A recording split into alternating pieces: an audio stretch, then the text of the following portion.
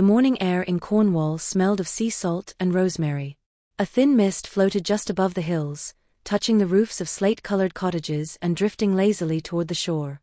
The town of St. Ives was barely awake, its streets quiet, the shops still shuttered, save for the occasional clang of a milk delivery or the bark of a restless dog.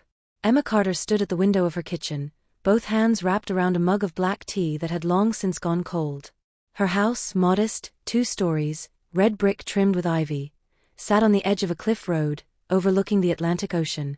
On clear days, she could see the sailboats dotting the horizon, dancing like paper cutouts across the blue. Today wasn't clear. It was the kind of grey English morning that blurred the lines between land and sky, and in some small way, Emma was grateful for that. She didn't have to explain to herself why the world felt a little heavier. Downstairs, David was preparing his lesson notes. He was a literature teacher at the local comprehensive school and had a love for poetry that Emma secretly envied. Sometimes he would read to her in bed, lines from Keats or Auden, his voice warm and unhurried. David entered the kitchen, holding his glasses in one hand and a half-eaten piece of toast in the other. He kissed her cheek softly, barely making contact. Lost in thought again? He asked, glancing toward her mug. Emma gave a small smile. Just drifting. He didn't press. After 7 years of marriage, David had learned when to ask and when to let silence do the talking. He placed his toast on the counter and leaned beside her. "I was thinking," he said, "maybe this weekend we could drive out to Penzance. That little antique market you like is on again." She nodded, appreciating the effort. But she knew he was trying to distract her, from the quiet in their home, from the child's room upstairs that remained untouched, its wallpaper unwrinkled, its crib still unused after all this time. Emma had always imagined herself a mother. Even as a child, she would collect pebbles from the beach and name each one as if they were her babies. Her fingers would curl protectively around them as she sang lullabies to stones. But real life had not been kind to that dream. They had tried. 4-5 long years, they had tried, timed schedules, fertility diets, yoga, acupuncture. Emma had whispered prayers into the night, lit candles in churches she didn't belong to, and stood in countless waiting rooms filled with hope and defeat. Their doctor, a kind but pragmatic woman named Dr. Lister, had sat them down on a rainy Thursday afternoon 6 months ago. Her words were measured but firm. "Emma," she said, "you're not infertile, but your ovarian reserve is very low. That means your chances of natural conception are slim." David had held Emma's hand through it all. He'd never once blamed her, never made her feel inadequate, not even in the smallest way. But sometimes in the dead of night, when he thought she was asleep, Emma would hear him sigh, long, quiet, heartbreaking sighs, and she would pretend to stir, just so he'd stop. They had decided, after much thought and many tears, to try IVF. It wasn't an easy decision. The cost was high, emotionally and financially. Their first attempt failed. So did the second. Emma remembered how the world tilted after the second failure, how she couldn't look at herself in the mirror, how she avoided baby aisles in supermarkets, how her tea tasted like ashes. But David wasn't ready to give up. "One more," he said, one night while they sat on the floor, surrounded by unopened bills and quiet despair. Just one more try. ILL sell the bike. "We can borrow from Mum if we have to." Emma nodded, not because she believed, but because she didn't want to be the one who said no. Now, standing in the kitchen, the kettle whistling faintly in the background, Emma watched the ocean blur into the sky and wondered how many more times they could bet against the odds. She turned to face David. "Let's go to Penzance," she said, voice almost cheerful. "We could use the distraction." David's eyes lit up. He knew what she meant. They both needed a moment that wasn't about medication schedules or specialist appointments. Later that evening, Emma opened the drawer beside her bed and pulled out a small notebook. Inside were pages filled with names, baby names, each circled or underlined, some with meanings scribbled beside them. She traced the name Isla with her fingertip, then turned the page to find Theo and James. She closed the notebook slowly, pressing her palm against the cover. Somewhere in her, a stubborn ember still glowed. Hope, fragile and ridiculous, but alive. The phone rang downstairs. She didn't move at first, but then something in her chest stirred. She walked down slowly and picked it up. It was the clinic. "Mrs. Carter," the nurse said gently, "we have a spot for you next week, if you're ready to try again." Emma didn't answer right away. She looked at the hallway mirror, saw her own tired eyes staring back. But behind that exhaustion, something flickered. Yes, she said finally, voice steadier than she expected. Yes, we're ready. After she hung up, she walked to the back door, stepped outside into the cold wind, and stood for a moment looking up at the darkening sky. She wrapped her arms around herself, not from the chill, but from the fragile awareness that they were standing once again at the edge of something vast and unknown. A quiet beginning, perhaps, but a beginning nonetheless. Emma sat on the examination table, the thin paper beneath her legs crinkling with every shift of her weight. The clinic was sterile and too quiet, lit with fluorescent lights that made everything feel colder than it already was. Across from her, Dr. Lister reviewed a clipboard in silence, her reading glasses perched low on her nose. The faint ticking of the wall clock was the only sound in the room. David sat beside Emma, his hand on her knee, his thumb drawing slow, calm circles. He was always the still one, the calm within her storm. Dr. Lister finally looked up. I know it's been a difficult road, but your latest hormone levels are holding. Your body's responded better than we expected after the second cycle. Emma swallowed hard. So, it's possible? The doctor nodded. It is. I would recommend one last round of IVF. This time, with a slightly modified protocol. There are no guarantees, Emma, but if you're emotionally and financially ready, I believe we can proceed. David exhalait slowly. Emma could feel his relief under the surface, the kind that didn't show in his face but pressed through his skin like warmth. I think we are, he said. Then, turning to Emma, right? She hesitated only, a second before nodding. They left the clinic hand in hand, walking back toward the car in a wind that stung Emma's cheeks. David opened the passenger door for her, but before climbing in, Emma looked up at the sky. It was streaked with orange and purple, the last embers of the sun clinging to the horizon. Third time's the charm, David said, smiling, trying to infuse hope into the air. Emma smiled too, but it was smaller, cautious. Hope was a tender thing inside her, like glass, not yet broken but thin. That night, she lay awake in bed, the moonlight cutting lines across their ceiling. She had started to dream in fragments again, dreams of holding a child she couldn't see clearly, dreams where lullabies played from nowhere and left her weeping without reason. She thought about how much they had already given, the savings, the stability, the normalcy of a marriage without doctors and appointments and injections. She thought about the box in their wardrobe filled with baby clothes that had never been worn. She reached over and touched David's hand. He was asleep, breathing softly. She envied his peace. The following week, the process began again. Blood tests, scans, injections, medication schedules taped to the fridge. Emma moved through it with quiet precision, no longer shocked by the rituals of infertility treatment. Her body felt like a battlefield, bruised, exhausted, but still fighting. When they arrived for egg retrieval, the nurses were kind and gentle. David waited outside while Emma was wheeled in. After the procedure, she rested under a blanket while the nurse whispered updates. We collected 12 eggs. That's promising. 12. That was more than before. That was something. The days that followed were tense. Emma checked her phone obsessively, waiting for embryo updates. On day 5, they received the call. 5 embryos had made it to the blastocyst stage. They decided on a double embryo transfer, just as they had before. It was safer, the doctor said. Less risk, more control. But then came the discussion they hadn't expected.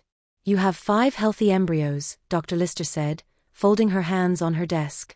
With your current profile, and based on past failures, we can consider transferring more than 2.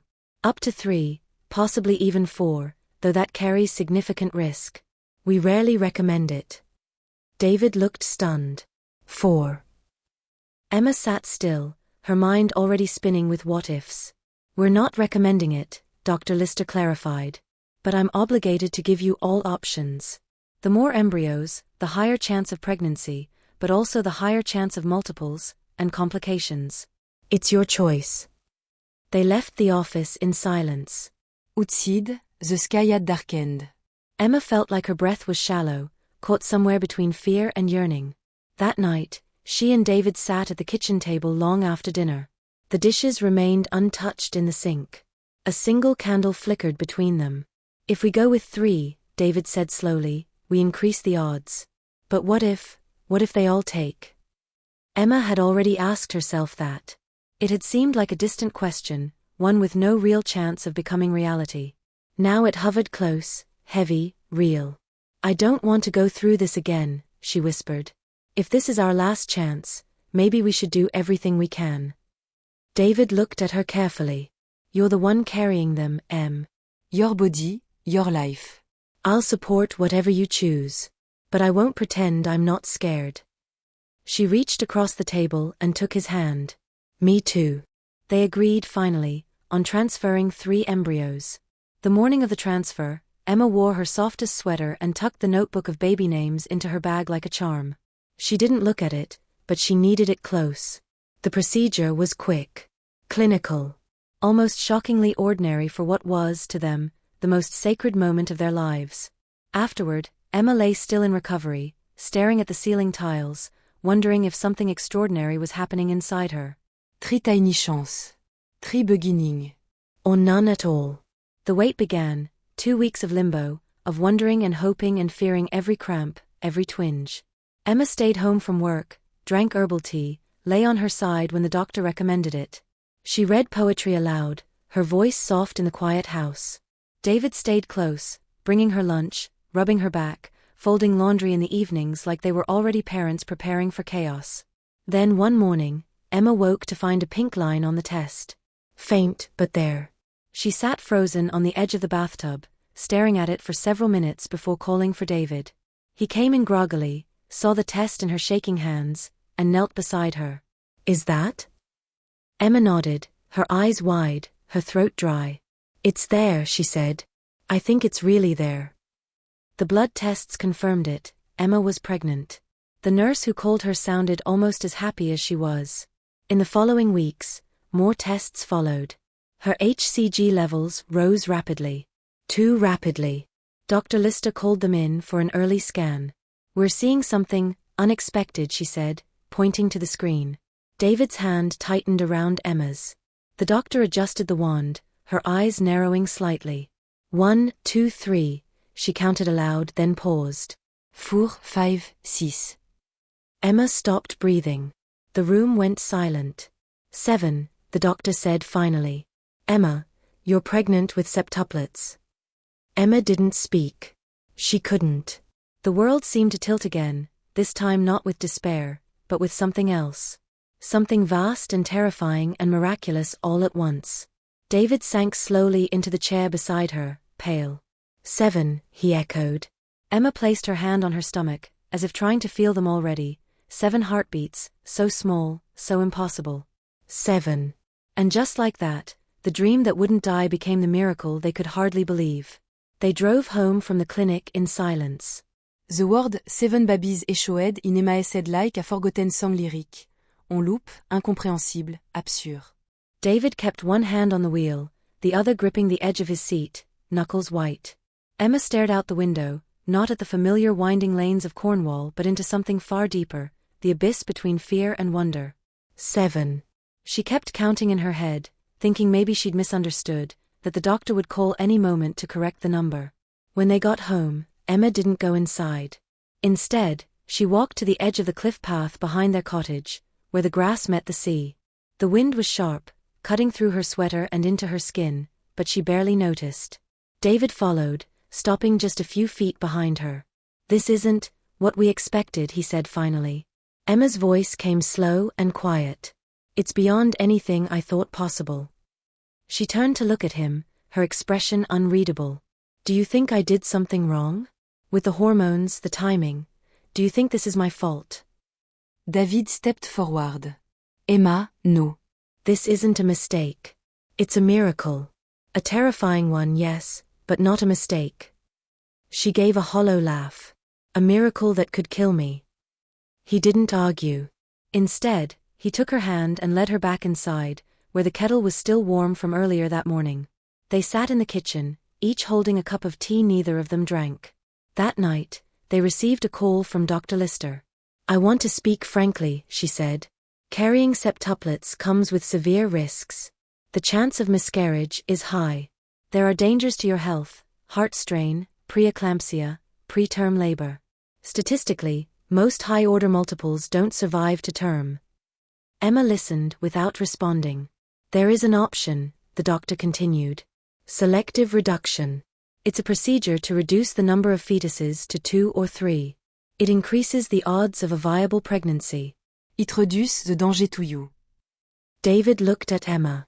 She was staring at the floor. I understand this is overwhelming, Dr. Lister said gently. You don't have to decide now. When the call ended, the silence between them was thick. David spoke first.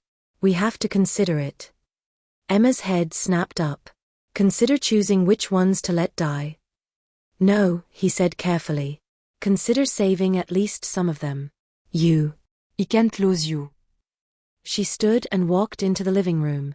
Her steps were slow, deliberate. After a few moments, David followed. She pulled an old photo album from the shelf, one filled with childhood photos of her own mother, holding Emma as a baby, beaming. Emma pointed to a picture. She died when I was 15. Cancer. She told me once that she'd always known she might not get to see me grow up, but that she never regretted having me. Not for a second. David sat beside her. Emma, I'm not questioning whether you love them. I'm terrified. It could destroy you. Emma turned to him, eyes steady. What if he say no? What if he say we keep them all? Et hésita-t-elle. Then I'll be scared every day. But I'll be by your side every moment. In the following days, they spoke to specialists, ethicists, and other families who had gone through high-order pregnancies. The opinions varied. Some warned in sharp tones, others softened their advice with phrases like hope for the best, prepare for the worst. Every night, Emma dreamed of cribs lined up in a row. Tiny faces. Names she hadn't chosen yet. She also dreamed of hospitals. Machines. Empty rooms. On the 4th day, she wrote a letter. Docteur. Listé. Thank you for your honesty and care. I understand the risks. I know the statistics. But I have lived 5 years without any children, and now I have 7 beating hearts inside me. I cannot choose which ones to keep and which ones to end. If they leave me, it will be their choice, or fate's, not mine. We will proceed with all 7. Sincerely. Emma Carter. She didn't show the letter to David until after she mailed it. When she did, he read it quietly, folded it, and kissed her forehead. I'm in this with you, he said. At the 12-week scan, all 7 embryos had heartbeats. The sonographer was amazed, even a little stunned. She kept blinking at the screen and whispering, This is rare. They gave the babies nicknames, Tiny A through Tiny G. David wrote the letters on a whiteboard on the fridge, adding little smiley faces beside each one. The pregnancy progressed into the 2nd trimester. Emma was constantly exhausted, her body stretched in ways that defied nature. She barely slept. She needed help walking longer than a few meters. Erskinecht. Her back was in constant pain. Friends came by with meals. Margaret visited every Thursday with homemade soup and clean laundry. A nurse named Leanne from the hospital began doing weekly home visits. But whispers started. At first, Emma ignored them. People in small towns talked, she knew that. But when she overheard 2 women in the pharmacy muttering about attention seekers and women who use IVF to get famous, it pierced her harder than she expected. Margaret, hearing the rumors, was furious. You've been through hell and back, and now they want to shame you for a miracle, she said. Let them talk. You just focus on growing those little warriors. By week 20, Emma's abdomen was so swollen she could no longer fit into maternity clothes. Custom garments were ordered. A hospital bed was installed in the living room. The babies were monitored every 3 days. Tiny D had a slower heartbeat. They began to worry. One evening, as David rubbed her feet and read to her from a poetry anthology, Emma stopped him mid-line. I'm scared. David paused. Me too. Emma wiped her eyes. But I don't regret it. Not for 1 second.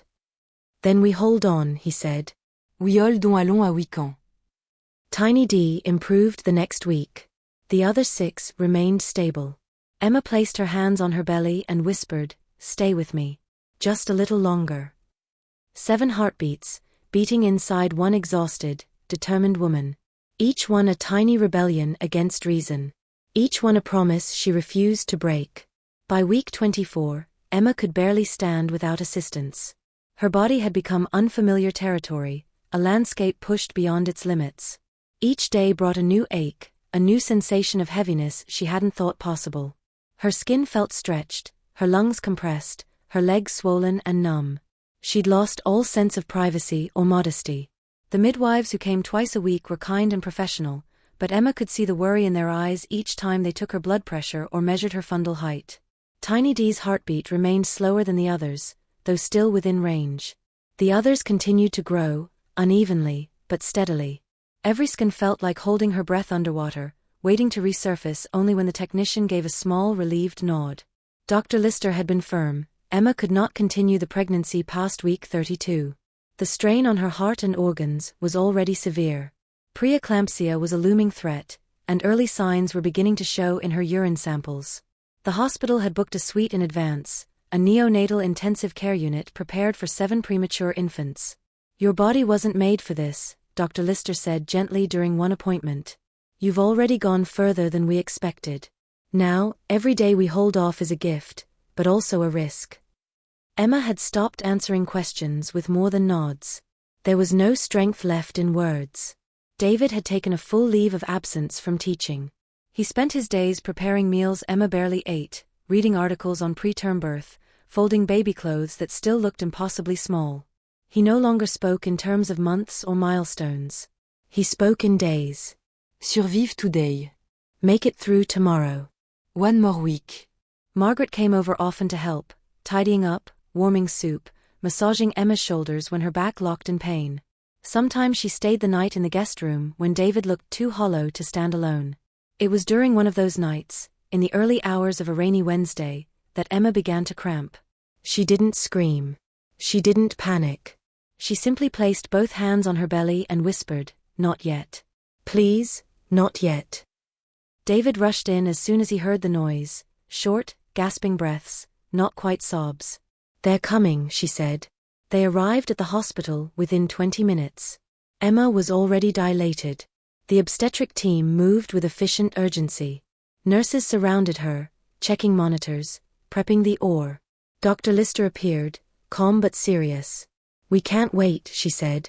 "We have to deliver now." Emma nodded once. David held her hand until the surgical team took her into the operating theater. Then he was left in a waiting room that smelled like antiseptic and fear. The cesarean section took nearly an hour. Each baby was pulled from Emma's womb and passed swiftly to neonatal specialists waiting nearby. 7 times, the theater filled with movement, tiny limbs, fragile skin, weak cries. One did not cry. Baby G was silent. Emma, though sedated, heard the difference. Somewhere between haze and pain, she registered the stillness that followed the 7th delivery. A nurse whispered something, then there was only the sound of machines. By the time she woke in recovery, David was beside her, pale, his eyes glassy and red-rimmed. "They're here," he said. 6 of them. They're fighting. Emma blinked. 6. He nodded. Baby G didn't make it. He wasn't breathing. They tried. I saw them try. Emma didn't cry at first. She simply turned her head and stared at the white wall, lips parted, a breath stuck somewhere in her throat. "I'm sorry," David whispered. She squeezed his hand. Later that day, the nurses wheeled her to the NICU. The 6 surviving babies, Lily, Theo, Noah, Liam, Ava and Isla, were each in their own incubators. Tubes ran in and out of their impossibly small bodies. Monitors blinked with every heartbeat, every breath, every pause. The room was a symphony of beeps, the air thick with disinfectant and vigilance. Emma couldn't hold them. She couldn't even touch them, not yet. But she pressed her face against the glass of each incubator and whispered their names. 6 avec baby GS incubator for last. It was already empty. The team had removed it quietly. There would be no funeral yet, not until she left the hospital. But they had given her his hospital bracelet, and a small printed footprint no bigger than her thumbnail. Back in her hospital room, Emma sat silently for hours. Nurses came and went. She did not move. By day 3, the media had caught wind of the story. Cornwall woman gives birth to sextuplets after refusing selective reduction, one headline read. Another asked, miracle or madness, was it worth the risk? Emma ignored them. She didn't read the articles. But she noticed the nurses talking more quietly outside her door. She noticed a photographer loitering outside the hospital gate. And she noticed, more than anything, the way some visitors in the waiting area looked at her, not with awe, but with something harder to name. Pity? Judgment? Margaret brought her a stack of letters. Most were congratulatory. Some were cruel.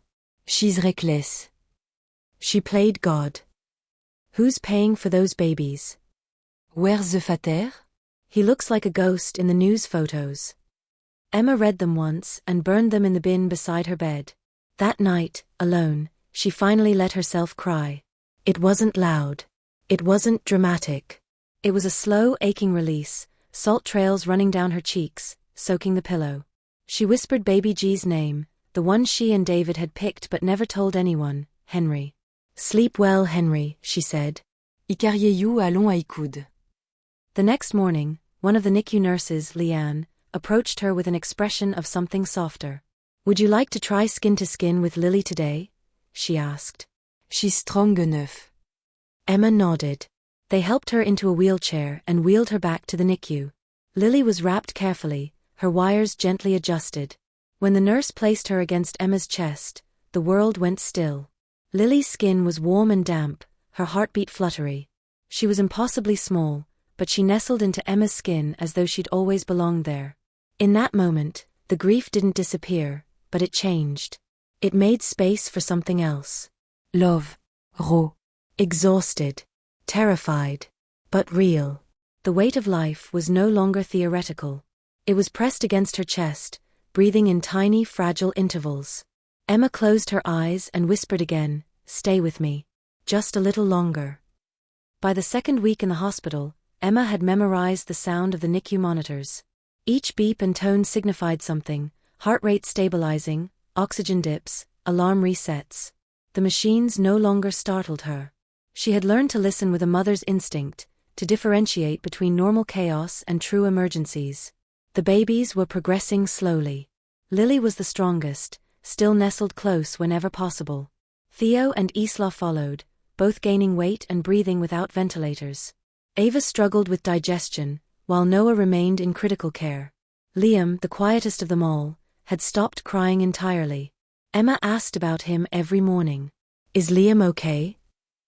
The nurses always gave the same answer, in the same measured tone. "He's holding steady." Outside the hospital, winter edged closer. Cold wind rolled in from the sea, and the clouds over the thick over Cornwall. One afternoon, as the wind began to whip at the windows and the air carried the scent of salt and frost, David received a call. He had stepped out to collect a parcel Emma had been waiting for, a handmade quilt from her aunt in Devon. The nurse station had signed for it and placed it in the family room, along with a card and a small tin of lavender biscuits.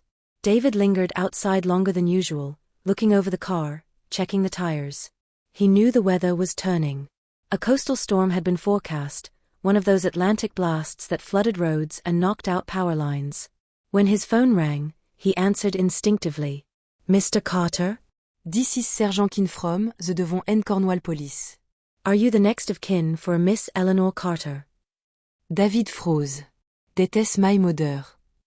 The sergeant's voice softened. "There's been an accident. A tree collapsed on her vehicle during the storm. I'm afraid she didn't survive the impact." David stood there, unmoving, as the wind picked up around him. The sky darkened, rain beginning to fall in slanted sheets. Back in Emma's hospital room, time passed slowly.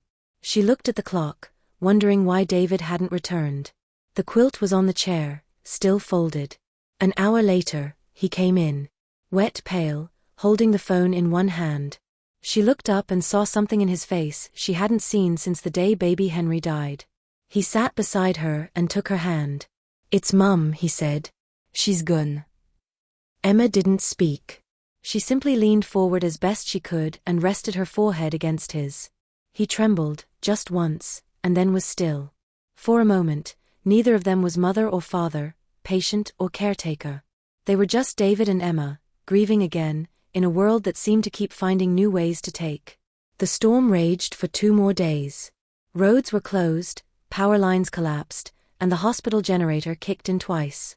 In the NICU, the nurses worked tirelessly to ensure every monitor, every life support system, stayed online. On the 3rd morning, as the storm began to clear, Emma was allowed to visit Noah. He had spent the week sedated, his lungs too underdeveloped to breathe on their own. His skin remained dusky, and the tubes running through his nose and mouth had become a familiar tangle of wires and plastic. But when she entered the room, the nurse smiled faintly.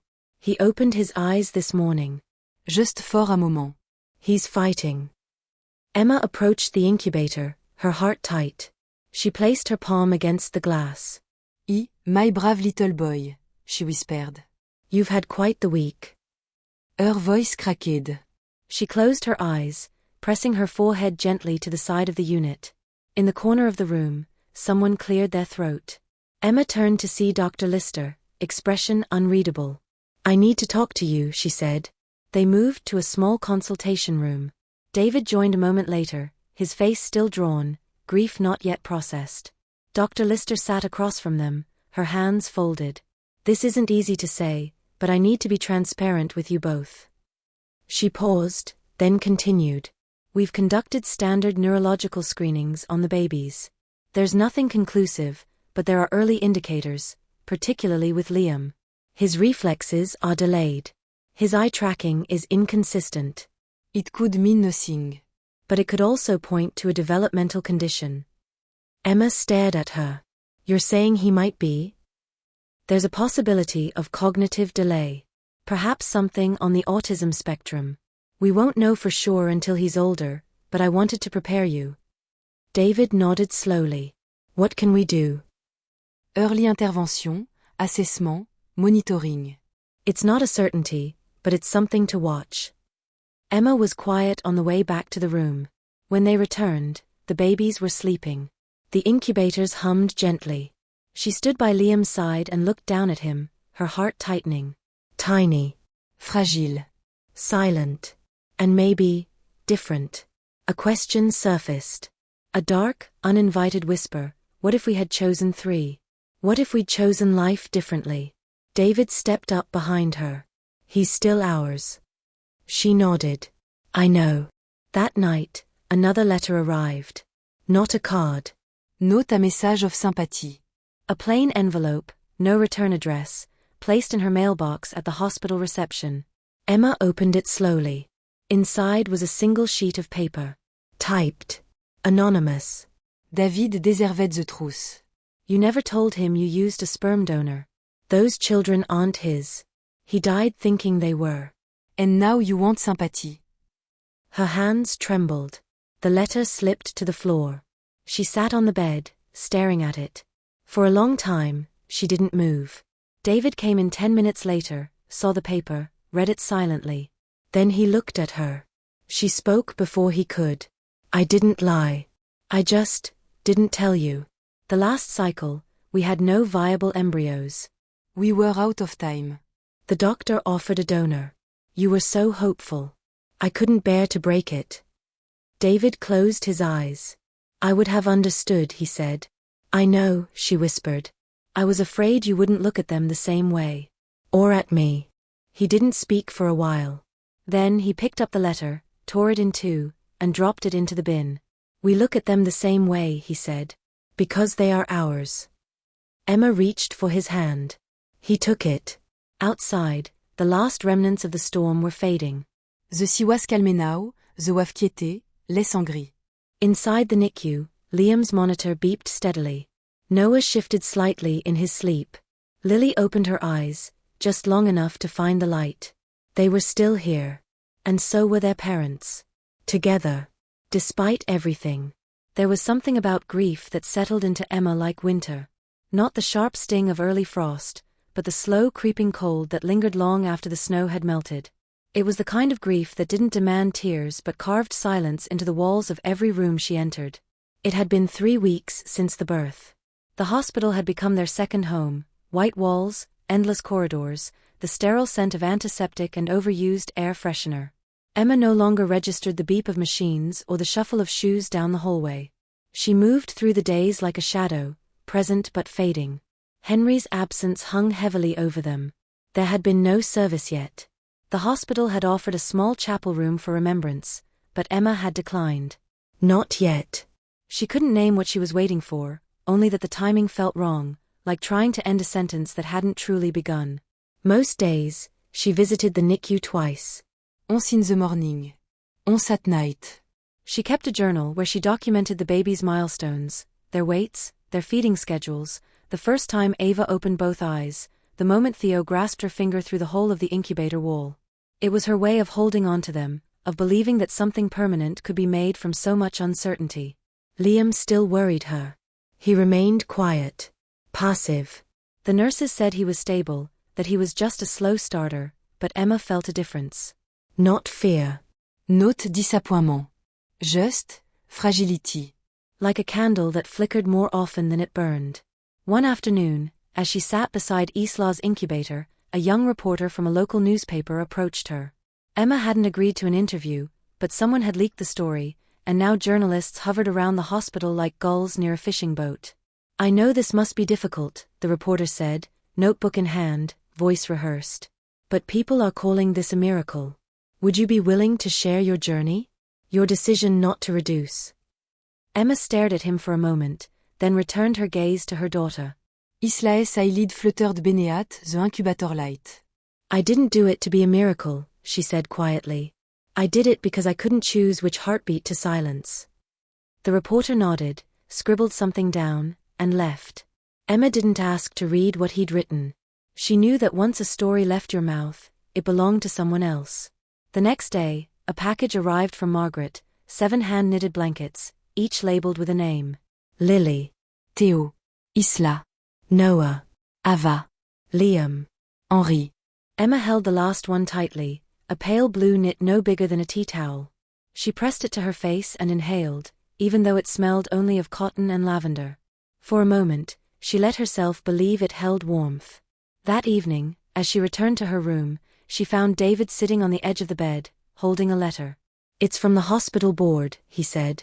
They're offering to cover part of the NICU costs, due to the unusual nature of the case. Emma raised an eyebrow. Unusuelle nature. That's what they called it. You've been pushing too hard, Dr. Lister said later. You're postpartum, you're grieving, you're barely eating. Your body is begging you to stop. Emma didn't respond. She didn't need to. The truth sat between them like an uninvited guest. Dr. Lister softened. We can arrange counseling, if you'd like. There's no shame in asking for help. Emma hesitated. Then, slowly, she nodded. The first session was awkward. The therapist, a woman named Julia, asked questions Emma wasn't ready to answer. How do you feel about Henry's death? Do you think your decision contributed to your physical collapse? Are you afraid of not being enough for all the children? Emma didn't know how to reply. Her words came out in fragments, disjointed. But she returned the next day. And the one after that. Bit by bit, she spoke more. About the loneliness of motherhood before it began. About the guilt of surviving. About the pressure of being called brave when all she felt was broken. One morning, as she wheeled herself toward the NICU, Emma noticed a small crowd gathered near the family waiting room. She frowned. Inside, a large TV had been wheeled in. A news segment played, showing images of Emma and David from their wedding day, photos someone had clearly stolen from social media. The headline read, "The Mother Who Said No to Reduction, Cornwall's Miracle Story." Emma turned and left without watching the rest. Later that evening, as she cradled Theo for the first time outside the incubator, she whispered, "They keep calling you a miracle. But you're more than that. You're a person. A whole, breathing person. And I love you.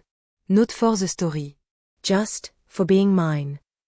She didn't notice that a nurse standing nearby had tears in her eyes. That night, David brought a small box into her room. Inside were 7 small photo frames, each with a blank space for a future picture. Emma ran her fingers over the edges. "I thought we could fill them when they come home," he said. She nodded, smiling for the first time in days. "When they come home," she repeated, holding on to the words like they were oxygen. The coldest room was warming, slowly. Not because the grief was gone, but because life was learning how to live alongside it. It was a quiet Tuesday afternoon when the visitor arrived. Emma had just finished her morning round in the NICU, her hands still smelling faintly of sanitizer and formula. She was sitting in the hospital's family lounge, nursing a weak cup of tea and scribbling in her journal, recording Ava's first sustained feeding without assistance, Noah's first steady breath unaided, and the way Lily's eyes now tracked movement with perfect clarity. David was downstairs handling paperwork with the hospital administration. They had begun to prepare for the eventual discharge process, though eventual still felt like a fragile promise. The woman entered with the calm confidence of someone who had been in many hospitals but never as a patient. She wore a charcoal wool coat, a pale blue silk scarf around her neck, and held a leather folder tucked neatly under one arm. Her hair was tightly pinned, her nails short and clean. Everything about her seemed composed to the point of being slightly unreal. "Mrs. Carter?" she asked, voice even and pleasant. Emma looked up, startled. "Yes." My name is Eleanor Whitmore. I'm with the Brighter Tomorrow Foundation. We support families navigating complex births, medical crises, and long-term neonatal care. Emma blinked, unsure of what to say. The woman took the chair opposite her without waiting for an invitation. "We've been following your story," she continued, unclasping the folder. "Not officially, of course. But your situation is unique, rare, and emblematic of many of the challenges modern families face when making deeply personal reproductive decisions." Emma t'enseigne. "If you're here about a story." "No," Ms. Whitmore interrupted gently. No ta story. "An offer." Emma sat back, guarded. "Our foundation has a very specific program," Ms. Whitmore said, pulling out a single sheet of paper. "It allows qualifying families to receive full financial support, housing, medical care, childcare services, for the first 5 years of the child's life. In exchange, one of the children is adopted into a carefully vetted long-waiting family under our protection and guardianship model." Emma stared at her, struggling to believe what she was hearing. "You're offering to buy one of my children?" "No," Ms. Whitmore said quickly, but without flinching. "Not buy. Place. With love, security, and every opportunity. In return, you and your remaining children are guaranteed long-term care. Freedom from debt. Stability. It's an ethical exchange." Not exploitation. Emma's hands tightened around her cup. "Which one?" she asked, her voice flat. Ms. Whitmore's face softened, as if anticipating the question. "We wouldn't choose. You would. We believe in the autonomy of the parent." Emma shook her head, once, then again harder. "Do you think I went through all of this, lost my son, nearly died, just to give one of them away? Do you think I could look at them and decide who gets to stay and who gets a better life?" Ms. Whitmore didn't react. She simply folded the paper back into the folder and stood. "I understand your reaction," she said. "But I urge you to think carefully." The système you rentrine is unforgiving. Si prématuré enfant. Mounting costs. Public scrutiny. This offer comes without judgment. It's not an indictment of your love, it's an acknowledgement of your limits. Emma stood slowly. Her body still ached from surgery, from weeks of exhaustion, but her voice, when she spoke, was clear. "My limits are mine to carry, not yours to weigh." Ms. Whitmore nodded once. "You have 48 hours to decide. After that, the offer will be withdrawn." She left as quietly as she'd arrived. That evening, Emma didn't mention the visit to David. He looked tired, older than he had 2 months ago. She didn't want to add another weight to his already bowed shoulders. But the conversation replayed in her mind through the night. She imagined each of her children, imagined pointing to one, saying, "You. You're the one we give away." She pictured Liam, still so quiet, or Ava, with her uncertain digestion, and wondered if someone else would see them as weaker links. Expendable. She didn't sleep. By morning, the doubt had settled into her skin. What if Ms. Whitmore was right? What if this wasn't about choosing a favorite, but about ensuring the survival of the many? What if this was the most responsible, loving thing she could do? That afternoon, she asked the nurses to bring Liam out for skin-to-skin time. He was the last of the 6 she hadn't held in full. His condition had delayed it until now. He was smaller than the rest, still curled in on himself like he hadn't realized yet he'd been born. As the nurse placed him gently on her chest, Emma braced for the fragility. But what she felt instead was weight. Not just physical, though he was heavier than she expected, but emotional. He was real. Warm. Breathing. His tiny hand twitched, then brushed the edge of her collarbone. She began to cry, not because of sorrow, but because of clarity. There was no choice to make. There had never been. Later, she told David about the offer. She described Ms. Whitmore, her precision, her paper. When she finished, he looked at her with an expression of both awe and fear. "And if we say no?" he asked. "We already did," she replied. 2 days later, a letter arrived addressed to Mrs. Carter and family. It was from the foundation. Polite, restrained, and cold. It confirmed that the offer had expired and wished them strength in the days ahead. Emma threw it away without reading the second page. From then on, she stopped looking for shortcuts. She began asking more questions in the NICU. She memorized medication schedules. She asked for tutorials on neonatal massage, infant stimulation therapy, and feeding tube support. She prepared herself, not for miracles, but for the long road. And when Margaret visited again, bringing home-cooked meals and bundles of new blankets, Emma took her aside and said, "If I ask you for help later, real help, will you say yes?" Margaret smiled without hesitation. "Of course." Emma nodded. "Good. Because I'm not giving any of them up. Not now. Not ever." That night, she sat by Henry's small memorial frame, running her finger along the carved edge. "I couldn't save you," she whispered. "But I'll save them." Outside, the wind blew softly across the moor, carrying with it no storm, no siren, only the quiet, persistent sound of a world turning forward. Inside, Emma held her son Liam again and felt, for the first time in weeks, the fragile but undeniable certainty of survival. The babies were 5 weeks old when Emma heard the first whisper. The next morning, a letter arrived in her hospital room. No stamp. No return address. Just her name, written in looping cursive across the front. She opened it with trembling fingers. Inside were 3 printed pages. The language was cruel, precise, and unmistakably personal. It began with a simple accusation. "Your husband is not the father of those children. You lied to him. You lied to all of us." Then it spiraled into a list of resentments. "You pretend to be brave, but you're selfish. You used public sympathy for attention. You veux burden the system. Taken resources meant for others. You wanted 7 for the headline, and now you're making the rest of US pay for your miracle." The final line was the sharpest. "Your children will grow up knowing they were the result of a lie. No matter how many blankets you knit or stories you tell, the truth will always be waiting." Emma folded the letter carefully and set it down. Then she stood, walked to the sink, and vomited. She didn't cry. Not yet.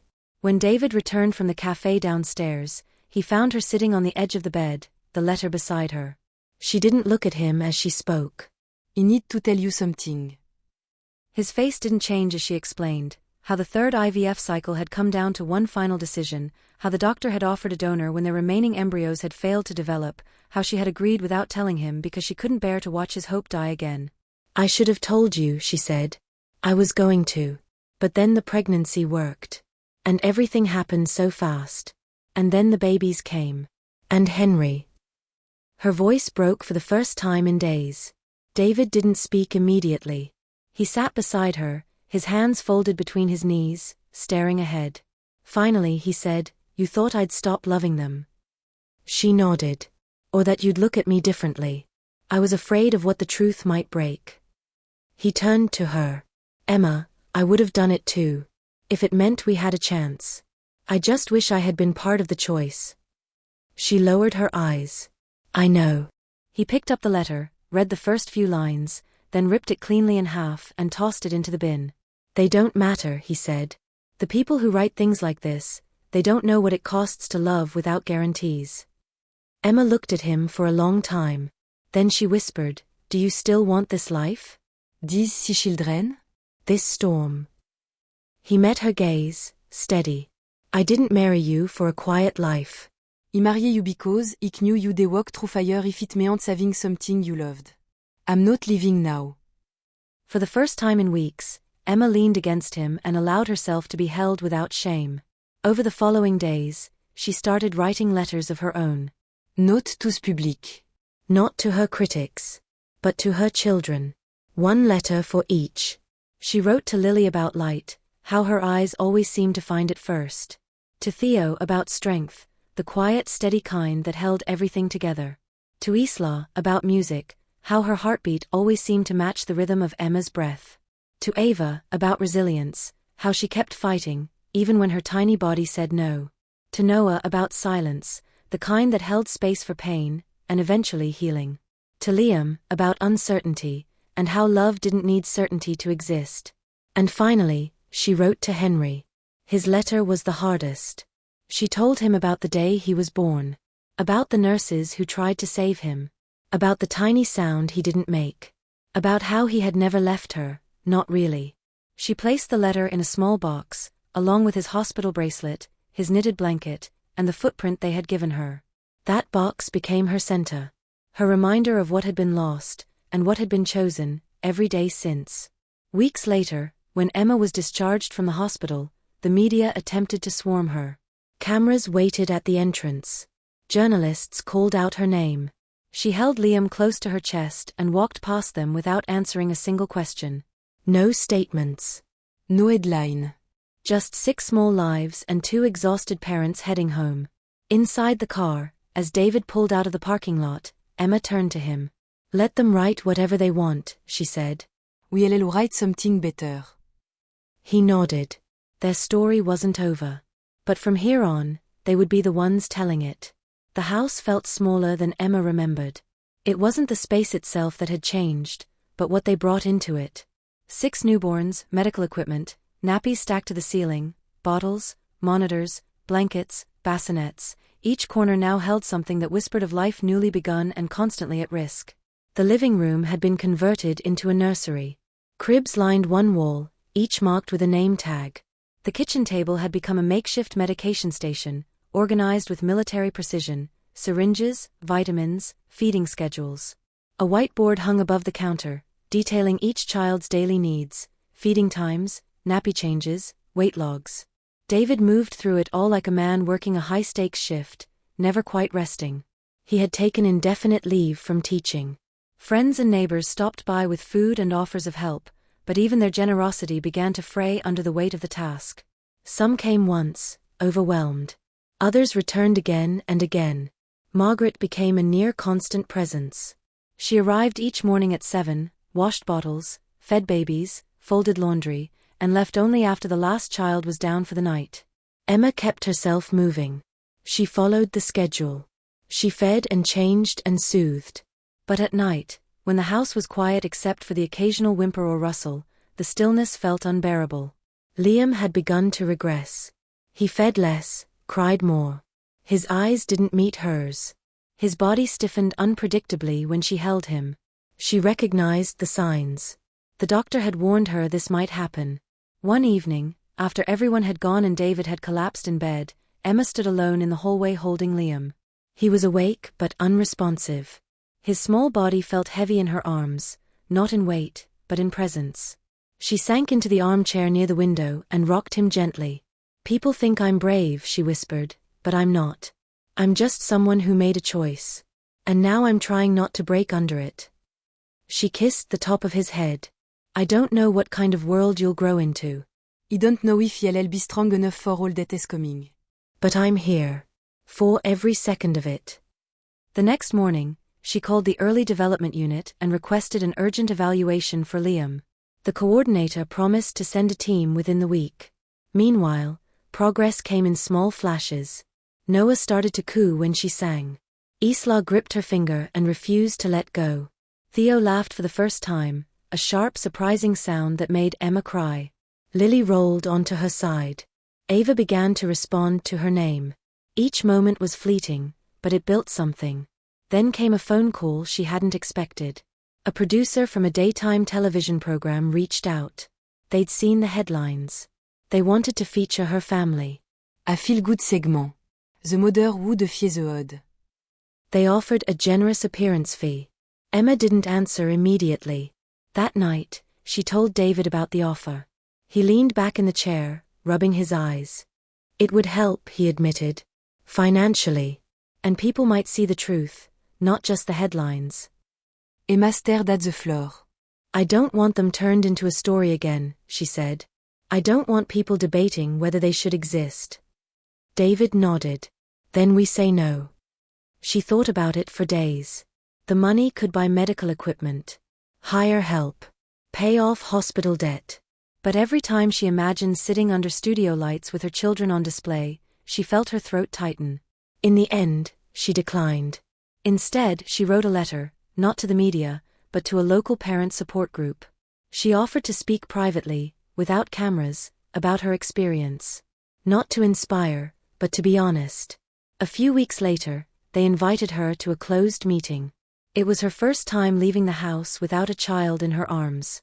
She wore jeans and a soft jumper, her hair tied back, no makeup. She didn't bring notes. She didn't rehearse. She stood before 20 people, mothers, fathers, grandparents, and told the truth. She spoke of infertility, the cold fear of failure, of the impossible decision to keep all 7, of Henry, of the NICU, of the moment she collapsed from exhaustion and realized she wasn't unbreakable. She spoke of love, messy, overwhelming love, and how it changed her, ruined her, and rebuilt her. When she finished, no one clapped. They didn't need to. A woman in the front row wiped her eyes and said, "Thank you for not pretending it was beautiful." Afterward, 3 parents stayed behind to ask about early interventions, hospital logistics, financial support. Emma answered everything she could. For the first time in months, she felt not like a patient or a headline, but like someone useful. When she returned home, Margaret was rocking Theo while David bathed the others. Was it worth going? Margaret asked. Emma smiled. Yes. I think I needed to remember I'm not just surviving. I'm becoming. That week, the team from the early development unit visited. They spent 2 hours with Liam, performing a battery of gentle tests. They watched how he moved, responded, followed sound. When they finished, the lead therapist sat down with Emma and David. It's too early for a definitive diagnosis, she said. But there are signs consistent with early developmental delays. We recommend starting intervention therapy now. The earlier we begin, the better his chances of reaching his full potential. Emma nodded. She had expected this. Will he be okay? She asked. The therapist smiled kindly. Et elle est beloved. And that counts for more than most people realize. After they left, Emma sat with Liam in her lap. He gazed past her, unfocused, but she didn't mind. She would hold his gaze until he found hers. If it took weeks, months, years, she would be there. One evening, as spring began to soften the air, Emma stepped outside with all 6 babies wrapped in their carriers, lined in a row on a blanket. David brought out tea. Margaret joined with shortbread biscuits. The wind carried the scent of grass and sea and something new. The children stirred beneath the fading sun. Emma leaned back on her hands, watching the clouds. For the first time in a long while, she didn't feel like she was waiting for something to go wrong. She was simply there. In a moment that was, finally, just a moment. It was just after dawn when Emma woke to silence. Not the frantic hush of a house full of infants between feedings. Not the brittle pause of machines or monitors. But a true rare stillness, like the world for once, had decided to rest beside her. She lay in bed for a moment, listening. No cries. No rustle of blanket. Just the steady breathing of David beside her and the distant murmur of waves beyond the cliffs. She sat up slowly, her body still recovering from months of strain. The physical pain had dulled, but its imprint remained, in the way she walked, the way she reached for things, the way she carried her children, not just with arms, but with memory. Downstairs, Margaret was already in the kitchen, humming softly as she warmed bottles. "Morning," Emma said. Margaret looked up, smiling. First one awake. That's a record. Emma moved toward the nursery and peeked in. The babies were still sleeping, clustered in twos, each in their own cot but arranged so they could sense each other. They'd grown, not just in size, but in presence. Lily and Isla shared a rhythm in their breathing. Ava had taken to sucking her thumb. Theo slept with his arms spread wide, like he was always ready for something to land. Noah, once the most fragile, had grown the loudest. And Liam, still quiet, still slower than the rest, had begun turning towards sound. He still didn't smile often, but when he did, it was unmistakable. Like a crack of sunlight in a dark room. Emma moved to the window and opened it slightly. A soft breeze drifted in. Today was the day they would take Henry's ashes to the sea. They had waited, not out of denial, but out of instinct. Emma had wanted her arms full before she let go of what they never had the chance to hold. David joined her later that morning, carrying a small wooden box. It was simple, unadorned, except for a carved H on the top. The drive to the cliffside chapel took 20 minutes. Margaret stayed behind with the babies, promising stories, songs, and photographs for when Emma and David returned. The chapel sat at the edge of a long slope, overlooking the sea. There were no bells, no pews. Just a stone bench, a narrow path, and a low wall that crumbled gently into the grass. They didn't bring a priest. Didn't invite anyone else. Emma placed the box on the bench. For a long time, they sat beside it, saying nothing. Then David spoke. "I thought he'd be the one who looked like me." Emma nodded. "I thought he'd be the quiet one. I imagined he'd watch the others play, and then join them when he was ready." They sat for a while longer. Then Emma stood, opened the box, and took a small handful of the ashes. She stepped toward the edge and let the wind take them. David did the same. They didn't speak words of closure. There was no such thing. Instead, they whispered his name. Henri. The sicarier it forward. That night, when they returned, Emma sat in the nursery long after the others had gone to bed. She watched her children sleep. She thought about everything they had survived: infertility, judgment, exhaustion, grief, impossible choices. She thought about the letter from the foundation, the reporter's voice, the whispers in the hospital. All of it had tried to define her story before it had even unfolded. But this room, this peace, this chaos and beauty, was the only story that mattered. She looked at Liam, who stirred at her presence. His fingers twitched. His mouth opened slightly. Then slowly, his gaze moved toward her. It me air. For a second. Then longer. Her breath caught. She smiled, tears forming without warning. Hello, sweetheart, she whispered. "I see you."